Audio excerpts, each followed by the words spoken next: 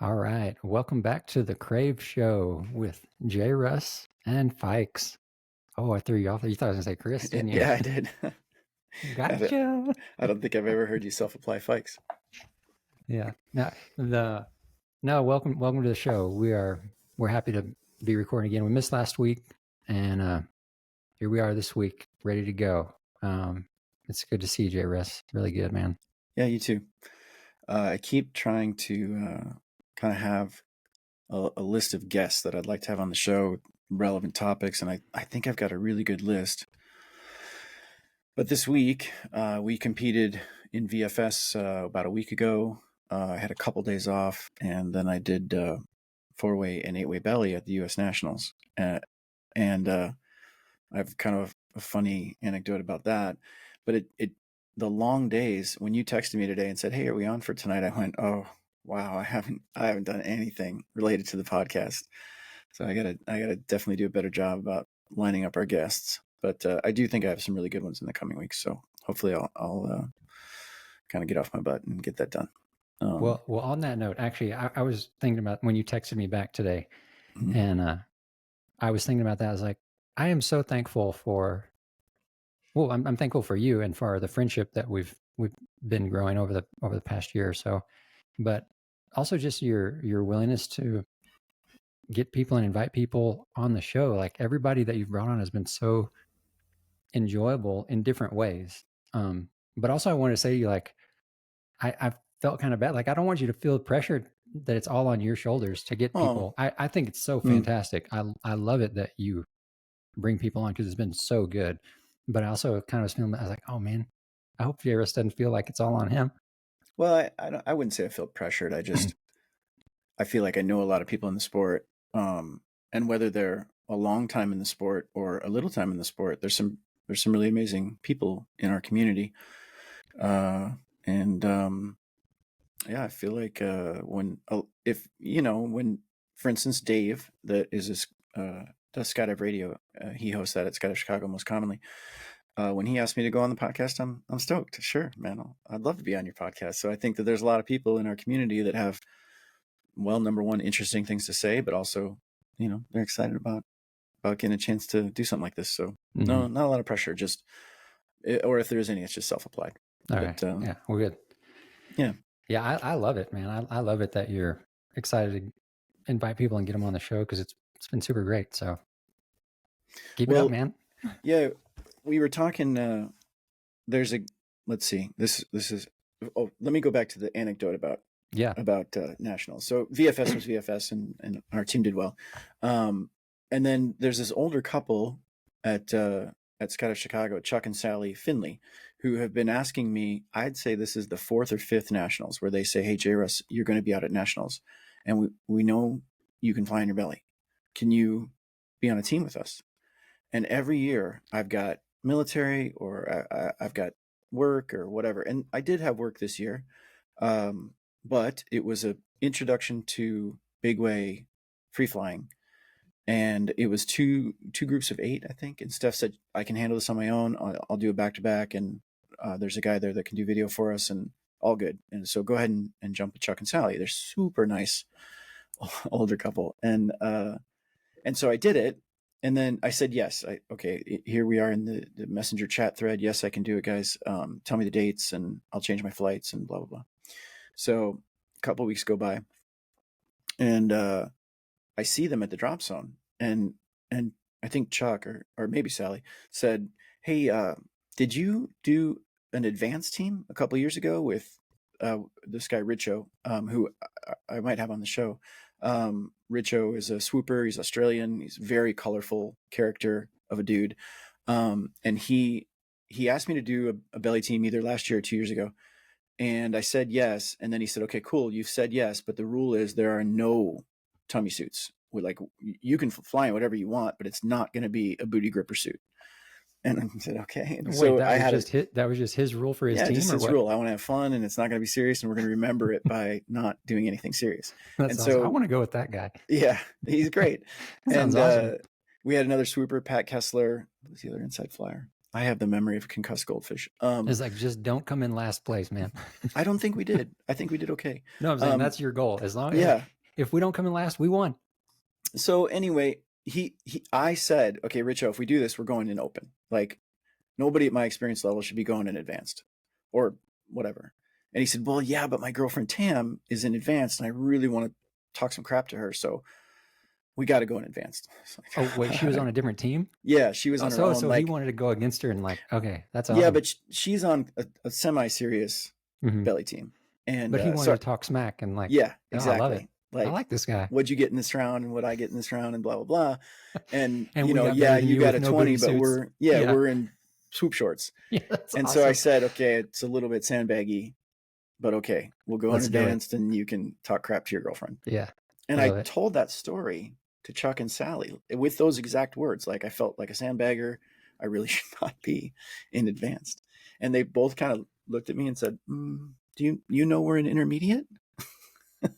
Which is below advanced, below right? Advanced. And there is a beginner class. But when that happened, I said, no, I did not know that. So now you really are the ringer. Totally. And I should have said this before I told you that story about being a sandbagger. But as it turns out, like we did a couple training jumps the day before and we were in the right category. We had a lot of fun and wait. Was that a nice way of saying y'all weren't very good? Well, there were 23 or 24 teams, and I think we finished 17th, 16th, something like that. I could look it up, but we had a great time. The maybe the funniest part is that Richo, the guy that was for sure would not leave it alone that I was a sandbagger, and actually said, I have never wanted someone to podium so badly as I want you to podium in intermediate belly so that you can crush the dreams of people that actually train to do this. But the teams that actually trained, of course, beat us. It's very hard to beat a team that trains when you don't train.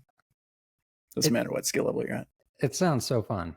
Like that kind of thing, that sounds really fun. Yeah. And I mean, it's easy for me to have that kind of an experience because my serious event already happened. So for something else, it's great to have a good time. And it like Richo competed in, he did swoop comping. So the CP freestyle, VFS, MFS, 4-way and 8-way belly. I didn't see him doing 16-way. I think he was saying the same thing as me. Like, okay, that's enough belly competition. I think his game is Zelda and my game is Dota. And we both said, okay, I got a day off. I'm just going to play video games for a day. And I go home tomorrow. Can you explain the canopy freestyle to me? I don't. Yeah. So what is it? How does it work? I've never watched it, or I don't understand. So it usually happens after the other competition, the speed, accuracy, and distance competition that are combined into the I don't know what to call it. I wouldn't call it the real competition because they're both real competitions, but the bigger number of rounds. And I haven't competed freestyle in a long time, so I might get this wrong. But basically, you're doing cool things across the water, and you could call them tricks. Although I don't know if that's the right term, but there's a designated kind of list of things that you can do, and then people can throw in whatever they feel like trying. Lazy boys, where you let go of the toggles and you kind of lean back in your harness, or I think a switchblade is when you put both toggles in one hand. You can do a switchblade cowboy, which is I think switch toggles in one hand, the other hand touches the water. Yeah. So there's all these derivations of different things that people have come up with. Do people do a blind man on the water? Can you do that? Mm-hmm. That's cool. Yeah, in fact, one of our old teammates, Timmy, was exceptionally good at those. Man, he was so good at them. That's cool. It went into a video years ago that was kind of edited in a special way. And then I remember one year, a guy from the drop zone that I was jumping at decided that he could come down. I think two guys came up with this the same year because Tom Baker might have done it. And then this guy, Dave Billings from the drop zone I was at, they thought they could come down and basically strike the water just hard enough to front flip through their harness and give themselves a step through, but then finish the swoop that way. And as how would you have toggle? I mean, how would you be able to use your toggles? Aren't they twisted up at that point? No. No, you could keep, you would leave you them. can, yeah, you can land Okay. with a step through. But I don't remember ever seeing one of them do it successfully, but there's certainly some big splashes when they tried. Yeah. And so the freestyle thing comes after the, whatever the word is, regular competition. And it's more artistic interpretation of what's cool about swooping. And you just have judges judging it? Yeah, you have judges, and then some of the moves have like a difficulty score. And so you get whatever your score is by that multiplier. And then some of them are, your own creation. And so the judges don't really know what to do, but you still get some kind of score that they deem appropriate. Mm-hmm. And I don't know if somebody out there is probably going to think, oh, JRuss, you're messing this up. And that's totally possible. So if somebody writes into you or gives us some feedback online, then I got things to learn. Yeah. Yeah, but what's the scoring system? Is it like 10 point? Like, you know what I mean? How do they score it? That part I'm not going to say because I don't remember enough or have enough information in the. Wow, I would love to quote out too, like what the current speed record is or what the current distance record is, and I can't. A couple of years ago, I shouldn't even start saying because the distance records and speed are so fluid that.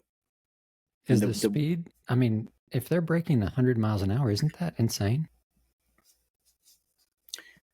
Yeah. I mean, is that I would just guess that like it's got to be like 102, but is it? You think it's faster than that? Potentially. Again, I'm going to speak out of turn a little bit, but I believe when my wife showed me a posting by Nick Batch, who's a pro swooper, and he had a 360 cam on his head when he was jumping something like, I think, a 55 or 56 square foot canopy. And he came through the gates and his right wingtip, I believe, struck one of the buoys. And I think he typed into that description that he was going 93 miles an hour at the time that he hit the buoy, which he would have been decelerating from the quickest part of his dive. And he wadded up and broke a lot of stuff. Oh man. And that's not Nick's first time getting seriously injured as a professional swooper. So yeah, a little bit insane. And I think that,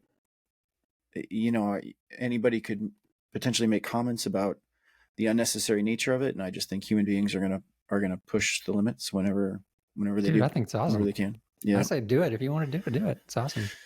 Yeah. I think that they're for people who do end up, having those injuries, they're sometimes sort of a thing that's going to come back and bite you later on in life. But I've done those same things to my body racing motorcycles, and you just got to smile and say, man, I had a great time doing it. And if I could go back and change stuff, I wouldn't be me. So.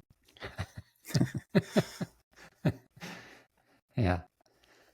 Okay. Totally random topic.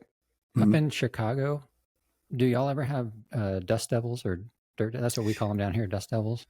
It's rare. It's much more rare. But in Arizona, you guys have them a lot, don't you? Oh gosh, all the time. Yeah. Yeah. And in fact, when we're working with military students, where there's a point about 10 o'clock, 10:30, where we really start talking to them about, hey guys, this is the time of day where winds are going to be squirrely. They're going to switch around. They're going to drop off. They're going to pick up.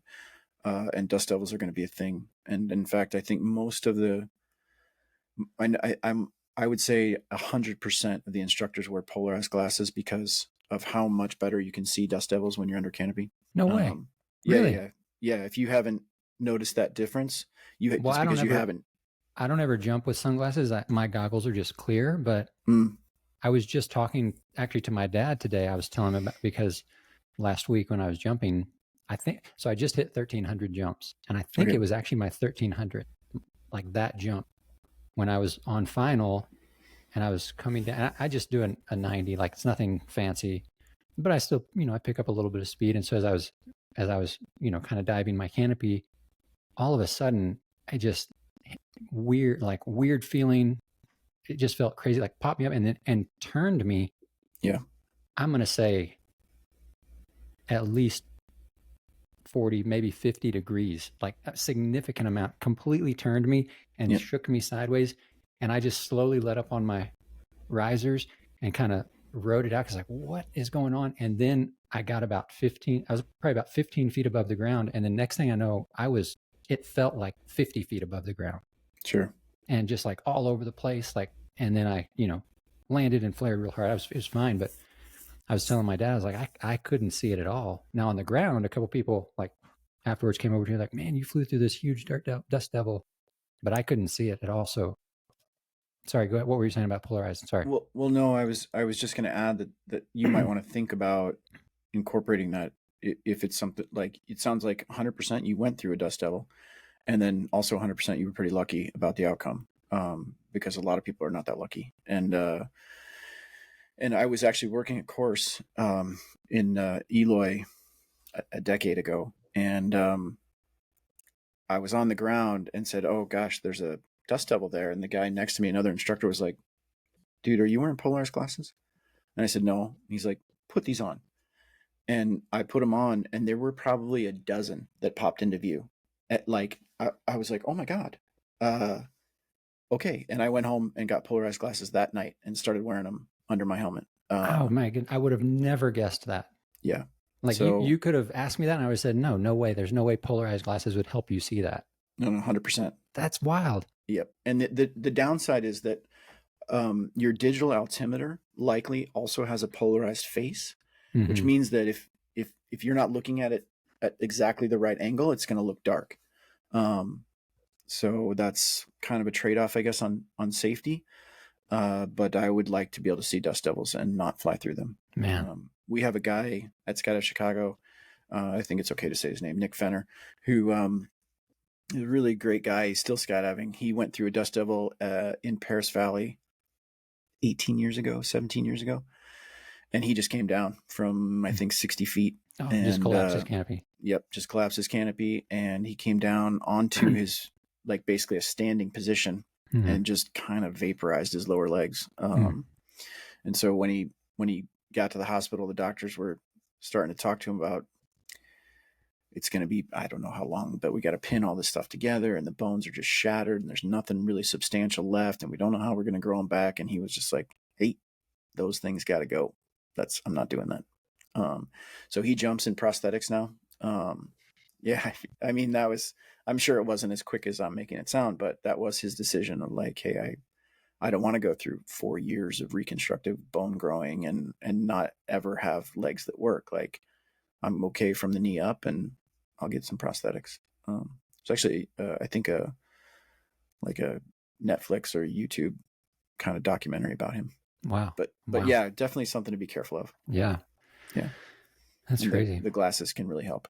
What else would you, when you're talking to the military guys or anybody, I mean, what can we say to people? What can you share that's, I mean, besides try to avoid them at all costs, what else do you do? I mean, all costs gets to be an interesting expression as you get closer to the ground, right? And so, are you going to bury a toggle at 40 feet to try and avoid a dust devil? I don't know if that's the right thing. Okay, so not all costs. Not at all costs. But if you're starting to enter the pattern at 1,000 feet or 1,500 feet or whatever your entry level is, and you see a dust devil, then outs, I mean, they're totally unpredictable. You don't know where they're going to shift to in the landing area, and you want to immediately start looking for outs. And from my perspective, an out that might be like a crosswind into an open area, or potentially tangling with a dust devil going into the wind in my landing area, that's not any kind of question. I'm going to the out. I'll take the crosswinder. I'll slide my landing in. I'll, I don't know, not look like a professional for one landing, and that's okay. Yeah. Dust devils generally are just unpredictable to the point that, I mean, the only thing that I really could say is if you find yourself about to enter one, I think that your response that you mentioned of letting up on the rears, let your canopy fly. You want it to have pressure in it, and you want to punch through it. For those people who don't have cross braces on their canopy, they can expect a more probably a little bit scarier experience. Cross bracing can I'm not encouraging people to get on cross brace canopies, but the rigidity of the wing due to the cross braces means they're better able to deal with that level of turbulence. Yeah, I kind of wondered if maybe just that little bit of extra speed that I had going into it and through it, maybe that helped a little bit at some, some amount. Like you were saying, you got a little bit of speed, a little more air pressure in the cells in the canopy, helping it stay inflated and kind of push through. Maybe, I don't know. Yeah. Is this Steph? Is this your Steph? Yeah, it looks like my wife is in the Oh, audience. that's awesome. So she put a link in here to the movie about Nick. So it says www.getbusylivingmovie.com. Cool. And I don't know if that's something that gets recorded into our cast, but people could try that, and it's a pretty cool story, just perseverance in adversity. Yeah, that's awesome. The chats over here don't get, but I mean, it's worth saying again. Getbusylivingmovie.com. Yeah. Getbusylivingmovie.com. And that's the one about the guy you said, Nick, that fell, hurt his legs, and ended up. Yeah. Yeah. I mean, just a great guy, real positive. Just a nice presence around the drop zone, and I don't know how this will land with him, but in my opinion, inspirational. Like that he went through that adversity, and if there's a 5 mile an hour headwind, Nick is standing up his landing on prosthetic legs. And he's on a Valkyrie 90 maybe. He's a good free flyer. His wife Lindsay and another friend of ours, Joey from the drop zone, and their camera flyer Nick Nash finished third in Open MFS this year. I think it was their first year as a full-time team, and they were pretty stoked about that. Nick filled in a bunch on flying camera for that team and did a tremendous job. Super cool. Yeah. I wanted to go back to just, you said that Nationals sounded fun, and I just wanted to share with anybody that might be listening that Nationals is great, and I would love to see more people there. I talked to a few people at this one that said, man, our camera flyer for 8-way, Jeremy, he said, man, this is my first Nationals. This is great. Everybody's so excited and we're having a good time. And like, it's a little bit like excitement about pressure, about like trying to do a good job and like getting everything on film and the exit. And I said, man, that's outstanding. I think this is probably my 21st national straight. And so it's just great to see the excitement on somebody that it's their first time. I don't think I've missed any for a while since I started skydiving. And even going just as a spectator, I mean, just to be a part and watch, and that's. It sounds like that can be fun too. 100%. Yeah. I mean, at this place, most drop zones have a very similar setup, or most of the big ones. So this one was at Skydive Rayford XP, which is in Rayford, North Carolina. It is, I think, owned by John D'Annunzio or Tim D'Annunzio, but that family, and they have a little bar area restaurant where you can sit outside on the patio, nice sunshades, and you can watch everybody land. You see the different loading areas and the planes constantly taking off. You can go inside as a spectator and kind of see the scoring.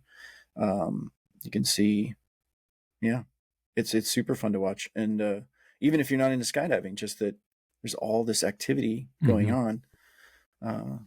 Really fun. Just like I'm imagining a high energy, but positive, excited, like everybody's just having fun.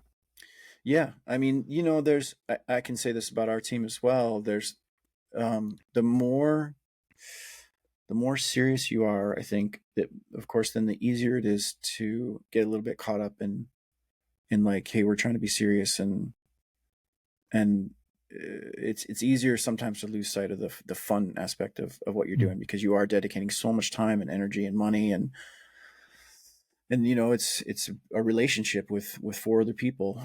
If it's a 4-way team with video, and those relationships get strained. And so that, I mean, again, like as your intensity goes up as far as what you're willing to commit to, like, we would like to stop being just having fun team. We'd like to still have fun, but now we want to win. Then the intensity gets a little bit more. Yeah. Is there any fun jumping that's happening during that, or it's only competition stuff? I think I saw some fun jumpers there for sure. The practice days, there were fun jumpers that were occasionally jumping on our planes. I think during the competition, they limit the competition loads to just the competitors. And then, although I didn't see it with my own eyes, I would assume that there are still people that want to jump. And since Rayford has a variety of planes, I did see the Caravan take off. I saw the Casa take off. Those are not part of the competition. So it could have been that they were going to contract somewhere, or it could have been that there were fun jumpers coming down. But I think in the middle of my event, I'm kind of paying attention to what I'm doing, and I don't really care that much, to be honest, about the regular functioning of the drop zone. I know the call I'm on. Mm-hmm. Even on my my belly forward team, that was not serious at all. We made 3 jumps before the competition. It was the first 3 jumps I'd made with these 4 other people. When we come down, we've got an hour on the ground. Hey guys, I'm going to go use the bathroom. Which is fine, of course, that I go use the bathroom, but I want to tell them that I'm going to use the bathroom, because it can get a little stressful. Like, well, we would like to prep the next dive, or we would like to, I don't know, the creepers that they want to lay down and roll on. Yeah. Luckily, my 4-way team didn't want to do that, but my 8-way team did. But there's just even at the very basic, we're just having a good time. We just met each other. Let's go skydive. There's still some, you got to be respectful of your team. And wait, why did you say luckily my 4-way team didn't want to get on the creepers? You just don't like them? Well, it's kind of a ritual in belly flying to get down and you creep. You get on the, I don't know, creepers. I don't know what other way to describe them, but you know what I'm talking about. Yeah. And you lay down, and it is important to look at sort of the little movements of like how to get back and forth between this random or that random, and like tweak a little bit. And so, the teams that finished at the top, Airspeed, the XPG for the women's team, the U.S. women's team, and then SDC's belly team was Rhythm. Those 3 teams, they're very good. They know all of this stuff. They know it very well, but still they get on the creepers and they roll around and get the movements right, and just in preparation. In VFS, we don't have creepers because we would need a harness to flip ourselves upside down. So we just walk. We take the grips and we move around and we turn the pieces, but there's no associated creeping. So for a guy that spends most of his time free flying, to get down on the creepers and have your lower back get kind of strained, and I just was happy that I didn't have to do a tremendous amount of it. Gotcha. Yeah. My team was not, we're not serious. And so every once in a while we'd look at, how does this block turn, or how do we move from this block to this random or whatever. But I don't think anybody felt serious enough that we needed to get down and creep, because the likelihood of those exact movements going into our skydive was low. Yeah. Yeah. When you were talking about the other belly teams, did you say Hayabusa? Isn't that a belly team? Hayabusa? Did I say Hayabusa? I didn't think you did.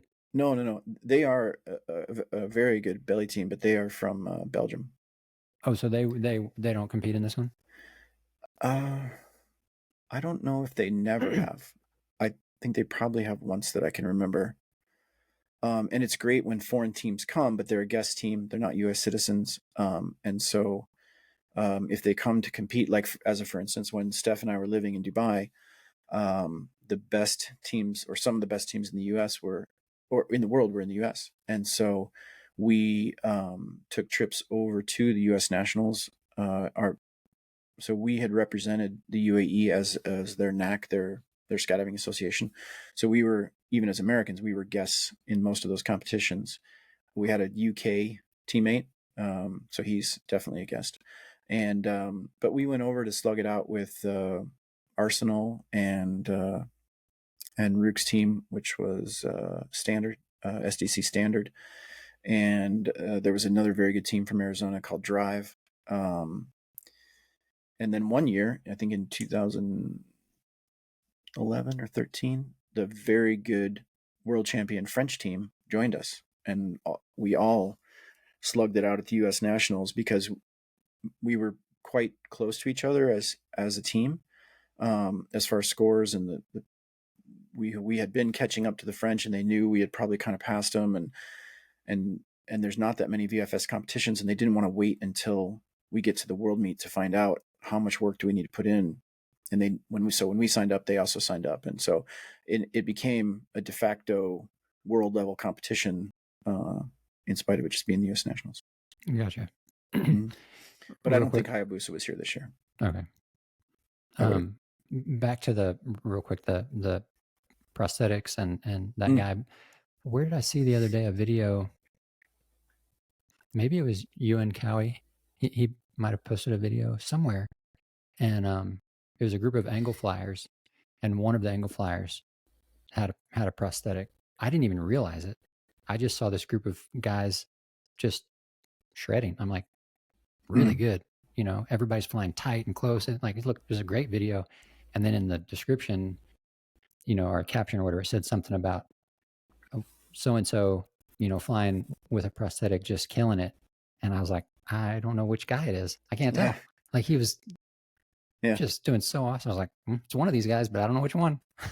So there's a guy in Arizona that films for Airspeed. His name's Brandon Hayden. And he was on the cover of Parachutist early this year, doing a swoop meet where he did a blind man, and the sort of unusual backward pressure knocked his prosthetic off. So on the cover of Parachutist, he's in a blind man, and his prosthetic is like twirling across the water. It was a really great picture. I did not see that. That was on the cover? It was a good one. Yeah, it was on the cover. I did not see that one. I guess I totally missed it. Yeah. And a bunch of years ago, I went on do you know what a pylon race is in angle flying? No. So two people basically set up apart from each other, I don't know, arbitrarily 20 feet. And then a group of other flyers just race around them as pylons. Oh, yeah. Okay, yeah. And you can do it with tubes. I've done it with tubes before. Yeah, or you can just do it slick. You're just creating a virtual track in the sky. Yeah, not virtual, exactly. But yeah. Yeah. So I get out behind this UK skydiver, Alistair. He was a military guy, and he had sadly stepped on an IED when he was in the military, and he didn't have lower legs. He was kind of had stump protectors on his knees, but he didn't even use prosthetics. He was just short dude because he didn't have lower legs. And I was probably, I don't know, 3 laps around the pylons, and I hadn't caught him yet. And I was just like, and I mean, how is he doing this? Yes. How is this little guy going so fast? He's such a good flyer. And I mean, he wasn't a big dude. He was way stockier than me. He's, you know, a former British military guy. That should make it harder for him. Yeah, but he was freaking fast, man. And I did end up passing him. Like he caught a look at me coming around one of the corners, and like realized I was getting close to him, and then just poured on the speed, but overshot the corner, and I managed to cut inside of him. But man, we both landed, and we were just laughing and high-fiving. I'm like, man, I cannot believe that you can do that with, you know, 18 or 24 or whatever inches less surface area than I have, and you outweigh me by 30 pounds. Yeah, it was crazy. So think how much drive you get just off of your feet. You know, like when you really flex, you really point your toes and really just like go for it. Man, that's great. That's cool. Yeah. And I mean, it's 15 years ago, so my skill set has changed since then. I'm sure his skill set has changed as well. And I would love to get out. It sounds like a challenge. You're challenging this guy. I mean, if Alistair ever picks up on this, let's go pylon racing again. Let's set it up. Yeah. Well, I got a story about the pylon race. I didn't know that's what you call it, but so this was 5 years ago, maybe, or more, maybe 6 years ago. I was at a drop zone, and this was with a person that you know. I'm not going to say their name, okay, because it's going to make them look bad, but you know them. They were organizing, and somebody said, "Hey," or maybe they did, like, "Hey, what if we do, you know, this? We had a couple of tubes, and like, so these two are going to have the tubes. They'll be like you said, 20 feet apart, and we're just going to all, you know, race around them." And I remember, and this was like, I only had like probably, I don't know, not very many jumps, but still, I was like, hey, so which way are we going? Because in my mind, it's like, this is super important, right? Like, which way are we going? Yeah. And so he's like, we're going to go counterclockwise. I was like, okay, so everybody, right? We're all going counterclockwise, right? Yes. Okay. All right, cool. Like, and I was kind of scared, not scared, but like a little bit nervous, because like, if we're trying to go as fast as we can around these people, okay, we're all going the same direction. So we get out, tubes, we start cruising, and I make one circuit around, And as I'm coming around, I see him, the organizer, going the wrong way. Mm-hmm. And I saw him right as we're both going around the end at the same time. He comes screaming around way faster than me, but going the opposite direction. And I just happened, I saw him in enough time that all I knew to do, because I was kind of in a, like a half track or whatever, and I probably wasn't a very good flyer at that time. But all I did was just put my hands up in front of me, just got as big as I could, and just tried to like stop, slow myself down. And as he came screaming around underneath me, his rig scraped across my chest. And he's just like, and he never even saw me, which I don't even know how. And we got down to the ground. I was like, what was that? Like, what? And he's like, what are you talking about? What are you talking about? I was like, dude, we almost. So I explained to him, told him what happened, and it was crazy. It could have been very bad. So I think, that story is probably pretty common around skydiving. We said we were going to go one way and not everyone understood. And so it can be really helpful to talk about, to hold up dolls at that moment. Like, hey, as you go around, look at the doll facing this guy. Their left arm is leading as they go around the inside. And then you, of course, you go straight, but as you turn, your left arm is in front of your right arm as you go around the corner, or you're right in front of your left, or whatever. But that kind of a briefing can really help, because obviously if you don't see him and he doesn't see you and you think this is great and you're both going full power, that's a lot of energy being transferred. That would have definitely been a good idea for us to do that specific briefing. Yeah. One of the guys that of course I have stories, but one of the guys that I want to have on the show is Andy Locke. He's a very accomplished free flyer from Arizona. And one of his videos that I know he has access to is of an angle fly jump where the intent was to get out, move a little bit, stop moving, go straight down, build around, follow the leader to move to another spot, build another round, and just keep doing that until break off. And they had a plan for, okay, this is what we'll do if we're all straight down. This is what we'll do if we're all flying on an angle towards me. And he let a guy come on the jump that he was a little bit unfamiliar with, but was I don't want to get any more details than that. But the guy professed to have the right skill set, and Andy said okay, and he didn't have the right skill set, and he couldn't do what they were trying to do, and the resulting collision, as the guy lost control while head down on an angle, knocked unconscious another guy who was capable of doing what they could do, and had come to a stop as planned. And the rest of the skydive is Andy catching up with that unconscious flyer and getting him stable, and then pulling his reserve.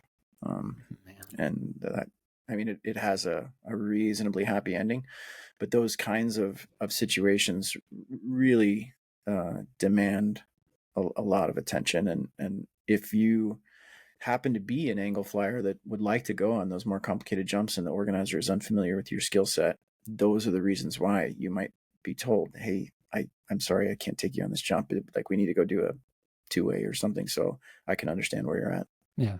Well, I'm laughing about my story only because I was okay. It really wasn't funny, obviously. Yeah. But no, as long as both of you guys figured out, a good way to approach those situations in the future, and don't let yourself get caught like that again, then those are good stories, right? You did something that potentially could have been really bad, and it wasn't, and then it's a good one.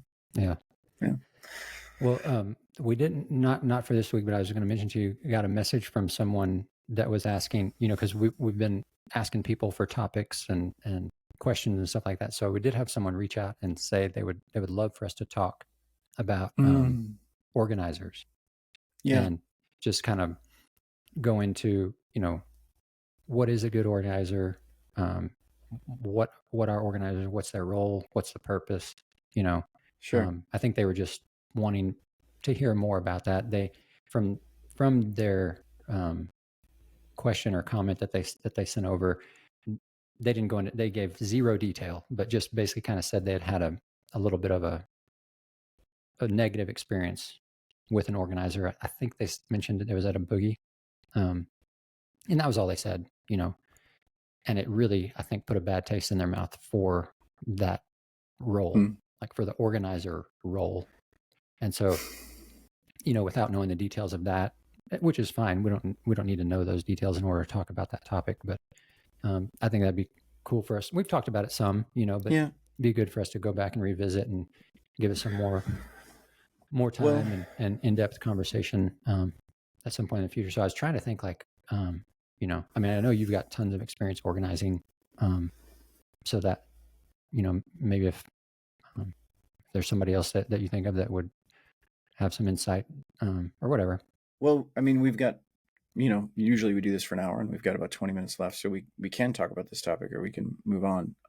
If we wanted to have a guest on who, is a full-time organizer, I think a lot of times people who are professional skydivers, they do organizing. But as a, for instance, like I organize during Summerfest, and then I will organize if I'm hired to do it, but more often than not, I end up doing other things, full-time coaching, just because to be honest, it pays a little bit better. Organizing, like if you organize at, say, Skydive Chicago, I don't even know what the deal is, but I'm guessing you're going to get paid in jump tickets maybe, which is not super enticing to me. And so what ends up happening is that there are people who are coming up in their discipline who would like to be organizers, and I think their role is to put together fun jumps within the bounds of safety and the skill sets that they have on that jump. And that can be kind of a big ask, especially as the organizers themselves are sometimes not that experienced. They've got some experience and they're kind of willing to organize. So if there was a word of advice that I could give to anybody that was I'm going to go over to this drop zone and I'm going to see if there's an organizer, and I don't have anybody to jump with, so I really hope there is an organizer. Be honest about your skill set. And when they ask you, what can you do? Don't feel the pressure of like, well, I don't know, there's 3 people standing around and I don't want to say I can barely belly fly. But if that's what you can do, then say that. Because if you claim to have a skill set that you don't have, it's very likely that the organizer is going to take your word for it. They don't know you, and the information that you provide, that's all they've got to go on. And if I'm organizing people, generally, I will ask a couple of probing questions. How many jumps have you got? How many years have you been in the sport? If we're going angle flying, how many angle flies have you done? But in that few minutes of us spending time together, I have to try and plan a safe dive based on the information that you just gave me. And if you're dishonest about it, which sadly does happen sometimes, then it really puts not only you but other people in danger. And it's just way better to be honest about what you can do. Yeah. And many times what'll happen is if you can't do the thing they're trying to do, it is the organizer's obligation to say, cool, I can't have you on this jump, but I'm going to come down and I'm going to find a couple other people and then we are going to go. And so it's not that they're telling you no, and you shouldn't perceive it that way. At least I hope that's not what they're doing. That's not what they should be doing. Mm-hmm. It's just that I already have these people, and say arbitrarily they can fly head up and you can't. And bringing somebody who can't fly head up on a 3-way head up with good flyers is going to make this, sort of unstable part of the formula. And I just want to avoid that for the safety of everyone. Yeah. And not only that, but jumping in jumps that are built around your skill set are way more fun than trying to keep up with something that you were dishonest about and you really can't keep up with. Then, and not only that, but if you don't tell the truth about what you can do, 25 minutes from now, I'm going to know the truth. And it would just be better. Yeah. It'd just be better to tell me at the beginning. Yeah. And if you hopefully, if you don't get hurt or something bad, if nothing bad happens, you just kind of wasted a jump. Yeah. Yeah. Like you got left behind, or you just were completely out of place, or whatever. Yeah.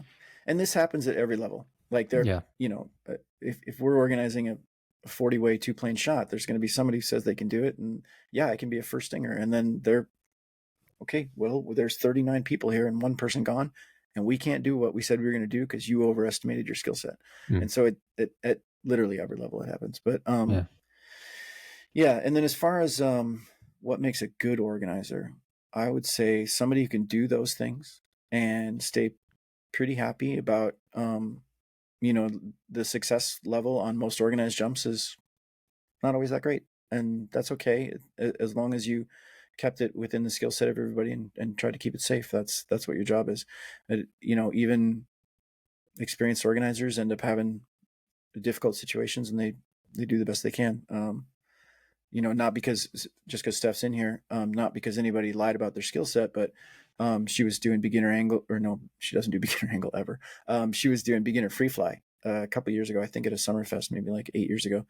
And just one person corked into another person, and the person's wrist got broken, or maybe their lower arm got broken. And it wasn't like, it's not like anybody's out there trying to hurt other people. That's why the groups are normally small, and you kind of count on the fact that there's a lot of space for everybody if we keep it small. And that time it just didn't work. And I think that the person who was injured, they're going through some pain, and then the person that caused the injury is also going through some pain. So it still happens despite your best intentions, but you're definitely, you're trying to keep it safe as much as you can. Yeah.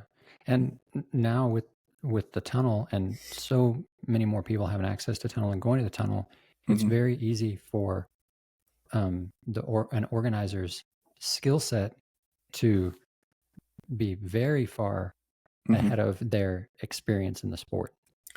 So yeah, right? Like, I do know. You could be, and I mean, I think I'm reflecting on my own experience of being an organizer over the past few years or however long, and realizing how much I've learned, how much I learn all the time. I feel like I learn something every time at the drop zone. It's like there's so much to know in this sport about safety and taking care of each other and being a good skydiver, a part of the community, and helping everyone be safe, even if they're not on in my group, but if they're on my load. Like, I have some level of responsibility towards them.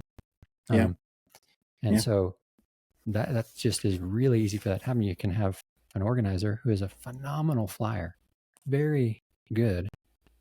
And so it's tempting to be like, oh, well, let's have him or her, be an organizer or whatever.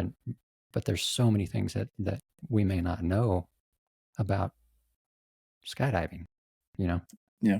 I think this is especially poignant because I just a few days ago requested the Summerfest feedback that we get, and I don't know, of the 700 people or so that were there, a couple hundred fill out feedback, and they ask them all kinds of questions, questions about the food and the facilities and the jumps and the aircraft and the organizing and everything. And so luckily, Tracy, that does the compiling of that information, highlighted what was pertinent to the organizers as the columns. And so I got to read all that as far as what people had to say about how we did. And there were many people who, just like me, saying, hey, in about 20 minutes, I'm going to figure out whether you're telling me the truth or not.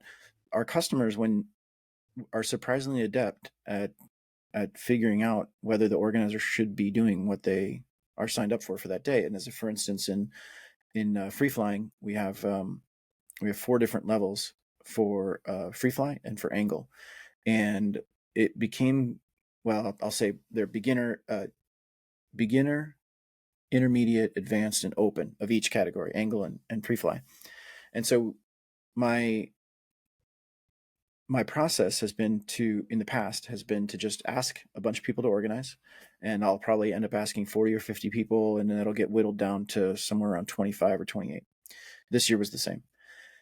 And within that group, usually I have a decent number of people who are willing and able to take angle jumps. And this year specifically, I was split about 50-50 in my group. So I had 14 people who said they were willing and able to take angle jumps, and 14 organizers who said absolutely no.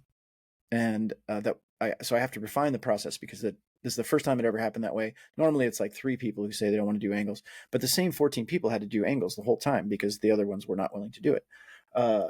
And within that 14 people, there were a couple of people who, is exactly as you said, they're tunnel flyers. Their skill set is super high, but their experience is not equivalently high.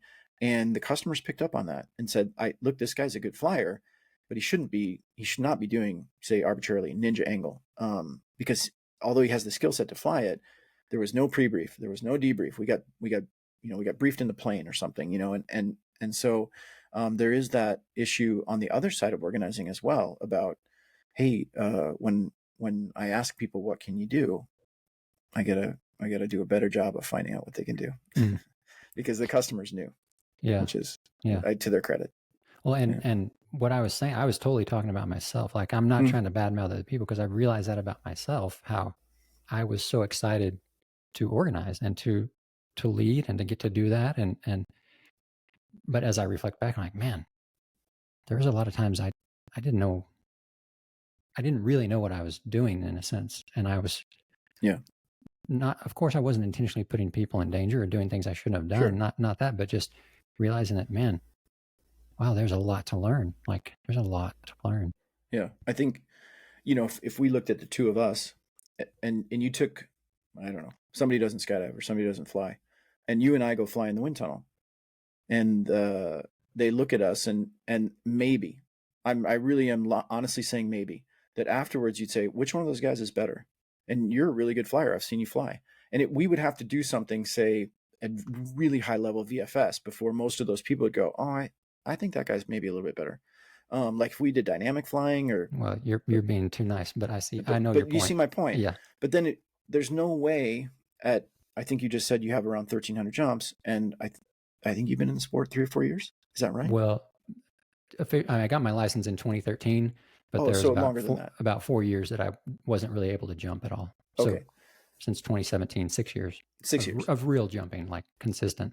Right. And I'm coming up on 22 years in the sport and 21,000 jumps, and then the disparity is bigger, but again, not as apparent, because I mean, if we just talk to some person around the drop zone, then we're both going to sound like very reasonable and well-spoken guys on skydiving. Like, it's but then you get it. So when you start getting into the minutia, there's that sort of osmosis that happens when you're around the drop zone for 22 years, that you just pick up on things, and you haven't had a chance to be exposed to them yet. And one of those situations of, you don't know what you don't know until you know it. That's why it would be great if every organizer at the drop zone had 20 years and 20,000 jumps, but it's just not going to happen like that. Well, man, the more I've thought about it, I really think it would be awesome at some point if we can have I think a course for organizers. In my mind, I think there's plenty there, plenty of information to cover. Yeah. And I mean, not that I want to say, drop zones need to require something like that, but I think it would be super beneficial. Even for me now, like when I am around other more experienced organizers, whether we're organizing together or we're just jumping or whatever, I try to pick their brain and ask them, like, hey, what do you think makes a good organizer? What do you do? What are you concerned about? Or what, like, I just try to ask and interview and understand, because I just realized there's a lot, and I want to be good at it, and I want to help people have fun. I want to help them learn and progress, and I want to keep them safe, and I want to do a good job. And so, I think that'd be super cool if we could at some point have a course like that for people. What might be interesting is just what you said, that that might be a good course to have 50 different people give 5 minutes. And that's a good idea, dude. And hey, what do you think makes a good organizer, and what are you trying to do? And, eventually, if somebody watched all of those different ideas, that would, I think, congeal into some major themes of what people would have to say. And if you watched enough of them, those sort of tributaries flowing into rivers of idea would probably come through to most people. Yeah, and those themes would kind of come to the surface. Yeah. That's good. Yeah. I like that. Yeah. That's cool. Because what I think about organizing and what you think about organizing are probably similar in a lot of ways. But then you're going to have tools in your kit that I would hear you say it and I go, oh, that's great. I'd love to take that. And I remember in my tunnel instructor course, which is in 2005, one of my trainers was Joe Winters. And he said it in exactly that way. He's like, guys, you're going to stand in the door and you're going to watch coaches, and you're going to watch them use some really slick coaching technique, and you're going to say, thank you for that, and just put it in your pocket.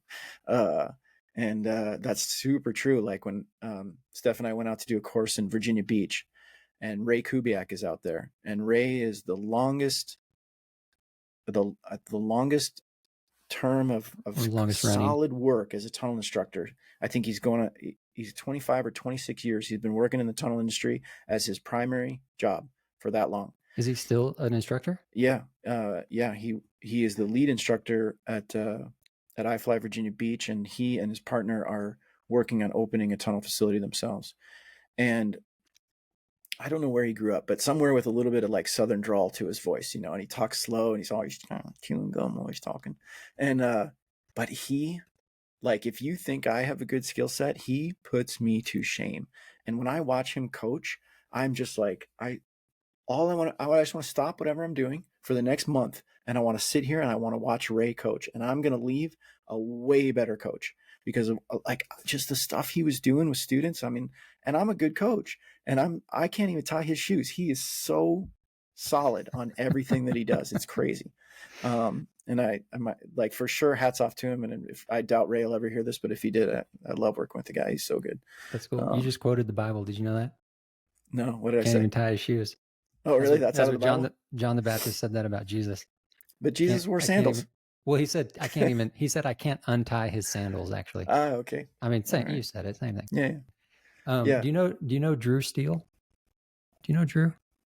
See, this kind of stuff gets me in trouble because I know a ton of people, but then I go blank, and all I can say, guys, I got a lot of concussions from motocross. That's all I can say. It's not personal. It's not personal. I love you guys. I really do. Well, he's an instructor in Austin, and he's been an iFly instructor. I mean, I don't think that long because he's not super old, but he's been an instructor for a long time, and he's like that. He's just so awesome. Like, and he's a super humble, like he's a sweet guy. Like he's a great flyer. But sounds like a good combo. There was a few years ago. I was at work at the tunnel in San Antonio, and I think there's 3 or 4 of us there that day, and it was a really slow day. It was like dead, middle of the week during the school year, no customers. And this was before COVID. So we still had like a full staff every day, no matter what. And Drew just showed up, and we're like, hey man, what's going on? You know, and I had never met him before. So I was super excited to meet him because I knew who he was. He's in a bunch of if you go watch those old iFly, the IBA videos that are, teaching all the skills. He's in a bunch of those videos. He used to be at iFly Hollywood. I have to know this guy. I bet you would know him. Anyways, so he came in and he spent, I'm not exaggerating. I promise you I'm not exaggerating. He spent at least 4 hours with us in the tunnel that day. Like he was in the tunnel, and the 3 or 4 of us instructors were just rotating in and out, in and out, in and out, in and out. And he was coaching us on anything we asked, anything we wanted, whatever, appropriately. Yeah. And I learned so much that day. I felt like I progressed 3 or 4 times beyond what I was at the beginning of that day, because just the way that he communicated in the tunnel, the way, even like hand signals, they were so clear and crisp. And like, I always knew what he was trying to tell me to do. And I remember, like, even now today when I'm coaching, I'll do things and I'll feel like Drew, because I remember him doing that. And I just picked up this little mannerism or this little thing or this, like whatever little things that I just picked up that day from watching him for those few hours. And same thing, like just such a great coach, so much experience and connecting with people. I think that'd be another awesome course too, like a coaching course. If Steph is still listening, which I don't know, I can't see who it is. No. I was going to say, because Steph's like my external hard drive. Oh. So if I just say, honey, do we know this guy, Drew Steele?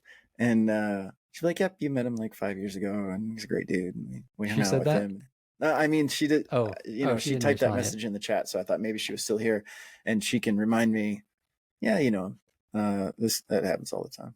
Yeah. And more than people probably realize when I, somebody's telling a story and they ask me, do you know this guy? And I just kind of look at her. Yeah. Okay. I know him.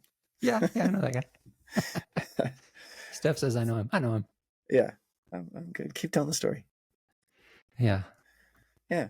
Yeah, I think that's great. There's a big split, I think, in just kind of the how people approach those situations of like, that's 4 hours of that guy's day and coaching and just sharing with other people that are in a profession that that he's been in for a long time. And I think it's easy in some of those situations for people to get a little bit jaded, like, hey, I need $500 or whatever. And then I'm always encouraged, just kind of my faith gets restored in humanity when I hear stories like that somebody can just be, hey, that's cool. Let's just teach you something, and I just want you to be better.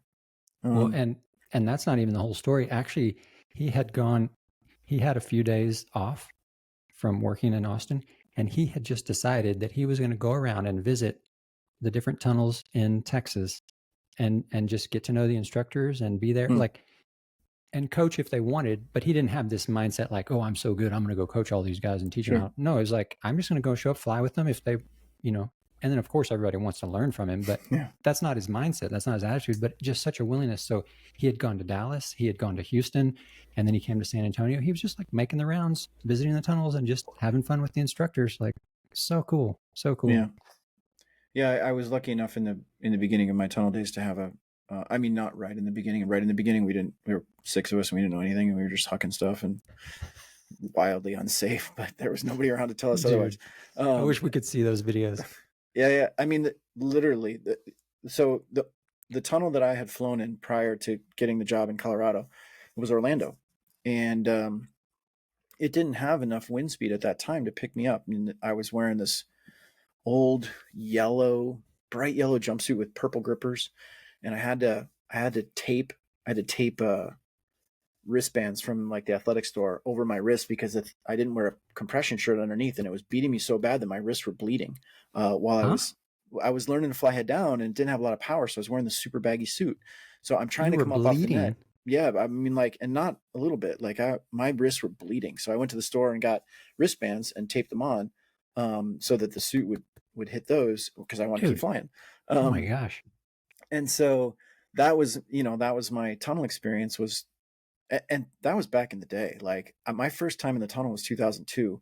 And they just said, yeah, you bought a bunch of time, go fly. We're not doing anything, not coaching you, not teaching you. I'm not coming inside the wind. Do whatever you want.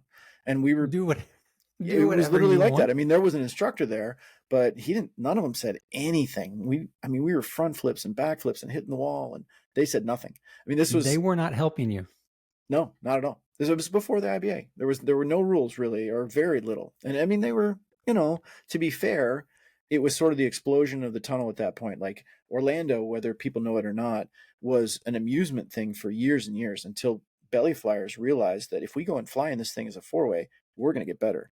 And then for like 4 years, Orlando ran 24 hours a day for 4 years. And that's when Alan Metney ended up buying the design and the rights to it from Bill Kitchen, who was the original inventor. And Alan decided, okay, I'm going to start franchising this because obviously there's a need and a demand for this business. But I was there in those pre-Allen days of like, it's just fun. Go have a good time. Put on a suit. Try not to hurt yourself. What size was that tunnel? Ooh, like, was it small? Yeah, small. Like 10 foot maybe? No, I think it was maybe a little under 12, but like corner to corner, like, it was the paneling thing, like Denver. Mm-hmm. And then Denver was like 12.6 from the flat to the flat. So probably more like 13.5 from corner to corner. Mm-hmm. So even though Denver is nowadays a very small tunnel, it was big at the time. And then wasn't Denver like way more powerful than Orlando? Way more powerful. So for I don't know how many hours I sat on the net with my head on the net in Orlando, just trying to come up and trying to learn how to turn and trying to get enough lift where I could like bump my head across the net and go forward and then relax for a second, and then really and bump my head back, and I just ping across the net, and I would never really leave the net. I just would release the friction enough that I could slide forward. Wait, when did you start skydiving? What year? 2002. So how did you even know that head down was a thing you could do? Well, I mean, so this is no, you know what I'm saying? Like, I do. If I didn't ever see someone fly head down in the tunnel or in the sky, I don't know that I would. It'd be a long time before I thought of it on my own, I think. Well, I went out there the first time when I had 28 jumps, so I'd seen a little bit of skydiving, and the instructors could fly. the instructors there. And so my buddy and I were very athletic and grew up that way. And he and I, his name's Graham Frank. He's an incredibly talented athlete, skier, snowboarder, ice climber, rock climber, bike rider, just this guy that's a prodigy at the things that he does. And he and I hung out kayaking. We hung out all the time. We did all those things together. And so we started skydiving together. And then he somehow found out about the wind tunnel. I don't know how, but we didn't know what we were getting into. And at the time, both of us were making pretty good money. And he said, "Hey, I'm in Florida. There's a wind tunnel here." And I think at the time I owned a bar, and I owned a bar. And he's like, do you think you can come down to Florida tomorrow? And I was like, what's a wind tunnel? You're thinking like a horizontal wind tunnel, like for cars and airplanes. He's like, no, it's vertical. It's like a skydiving simulator. We can buy time and just go screw around. Learn how to be a better flyer. I was like, all right. So I booked a ticket and went down there the next day, and that's on a Friday. And we said, how much is it? And he's like, well, it's $600 an hour. I'm like, all right. He's like, you buy the first 6 on Friday night, and I'll buy the next 6 on Saturday. Wait, okay. What? Buy the first 6 hours? Uh-huh. So y'all bought 12 hours. 12 hours in 2 nights. Did you fly all 12 hours? Yeah. We figured out right away that we weren't going to be able to physically fly all of it ourselves. So we invited a few other people. And that's where I actually met Mike Swanson, who was one of my original free fly coaches. He came and flew with us. I think Thomas Hughes might have come and fly. There's some old school people. Are you serious? Yeah. I can't remember if Thomas came to that trip. Thomas coached me when I was really young. That very first weekend, Thomas was there? Maybe. There were a bunch of people there. We need to have Thomas on the show. Yeah, he's great. Yeah. So anyway, I don't know if we got to head down on that trip, but I did go back there. I mean, I was all in, and I went back there, and the instructors, of course, let me try head down. Yeah, but then so the finish of that is I went back to Colorado, and the tunnel is now way fast enough to do head down.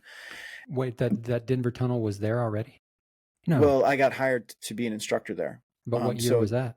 That was in 2005, in February 2005, and we went down to Orlando to get trained. You do, as you know, a multi-week training process. So I think we did 2 weeks in Orlando, and then we flew back to Denver because they had the construction had progressed far enough that we could use the tunnel.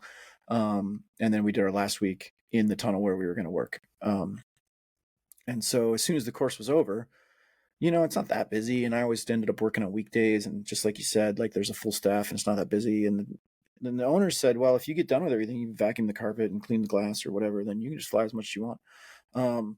Yeah. And I made that face. Like, can you repeat that can you write that down and sign recording? Can you say that again? But they were true to their word, and we flew as much as we wanted. And surprisingly, not a lot of people actually were that interested. Like Steph, my wife, was super interested, so we flew together a lot. But so I knew I could fly head down on the net, and I could grab the net. Now the tunnel's so fast, I can come up off the net. I'm starting to fly head down, and I'm comfortable, but I don't have a transition, and there's nobody there who can spot me. And I didn't want that to stop me. And so our trainer was Rusty, and he went out of town. Wait, could you fly head up? Yeah, I could fly head up pretty well when I got the instructor job, just from all the time in Orlando. Okay. So Rusty left, and I thought, oh, there's nobody here to tell me otherwise. And so, when you grab the net, you get down on your knees, you grab the net, you put your head down on the net, and you flip your legs up, and up you come. I just didn't grab the net. And I tried a front flip transition, which is not the right one to try first, but I didn't know any better. And Chris, I don't know how many hundreds of times I slammed myself into the wall because I got too much drive on my belly and just whack it onto the wall. And your back into the glass. Yeah, my back into the glass. And then, when I knew that I was getting close, when finally, after I don't know how many days of doing this and kind of being hurt, that my back leg hit the glass and I stopped. Oh, that was pretty good. But I don't know like how that actually didn't hurt. And everybody there is just like, look at JRuss be just an idiot in the tunnel, like just whack, whack, whack, over and over. But eventually I got it. Not as quick as probably somebody else who tries that same technique. Cool. Yeah. So would y'all stay late into the night flying, or just? I think some people did. I wouldn't. When my shift was over, I was happy to go, but also, I was one of the people and it was a really small number. There's and some good flyers, Josh Evans and Mikey Silva, who I don't know if you know those guys, but they competed at MFS for years. Incredibly talented flyers, and then myself and Steph, and those guys were they were good buddies, and they flew a lot together. And Steph and I flew a lot together. And otherwise, the staff just wasn't that interested in flying. Which I don't know why you work at a wind tunnel if you're not that interested in flying, but they weren't, and that was fine with me. So in the middle of the day, on the weekdays that I was there, I might fly for 5 hours and then go home. And I didn't feel the need to stay late into the evening. So I kind of am tired. Yeah. That's cool, man. That's really cool. Yeah. I mean, it was great. I feel like I was in a different, I mean, I'm not dead yet, but I feel like I was in a different era of the tunnel industry. And I missed that time. Totally, dude. You totally were. Yeah. Yeah. Because I have a couple of friends who worked with me. Well, one that worked with me at San Antonio that had previously worked in Chicago. And when he first started was quite a while back, quite a few years ago. And he was saying, at the end of the day, well, first of all, they would, because of where the tunnel is located, there's a ton of foot traffic. And so they had walk-ins all the time. And even until like midnight, 1, 2 in the morning, they would have walk-ins. And if there was people coming in the door, they'd stay open. Yeah. And, but then when they would close, he said they would all go to the bar across the street or restaurant across, is like a bar and grill, I think is what he said, eat, have a couple drinks, hang out, talk, laugh, and then they'd go right back over to the tunnel, turn it on and fly until, 3, 2:30, 3 in the morning, 3:30, whatever, just having a blast, just goofing around, huck jam, Yeah. So I have to be honest that I did go out after work one time with some of the other instructors, and I didn't have keys to the building, so it didn't matter what I wanted to do, which is why I never stayed late. I just went home. But we went out for a beer and something to eat across the street. There was whatever. And we had a couple of beers, and then they bought us a shot. And I was like, guys, all right, but I got to chill. I got to drive home. And I live 40 minutes north. And they said, hey, do you want to go fly some more? Are we supposed to do that? I'm like, yeah, well, we do it all the time. And I think they did because the one guy had keys. And so we went over there, and I'm kind of buzzed. And like, so I get my suit on. I fly maybe 30 seconds, maybe 1 minute. And I'm buzzed. I'm like, guys, this is stupid. Like, I got out, I watched them fly for a little while, and they're like, are you going to fly anymore? I'm like, no, like I've been drinking. Like, this is dumb. And I left, and they kept flying. And we got in some trouble. Did you?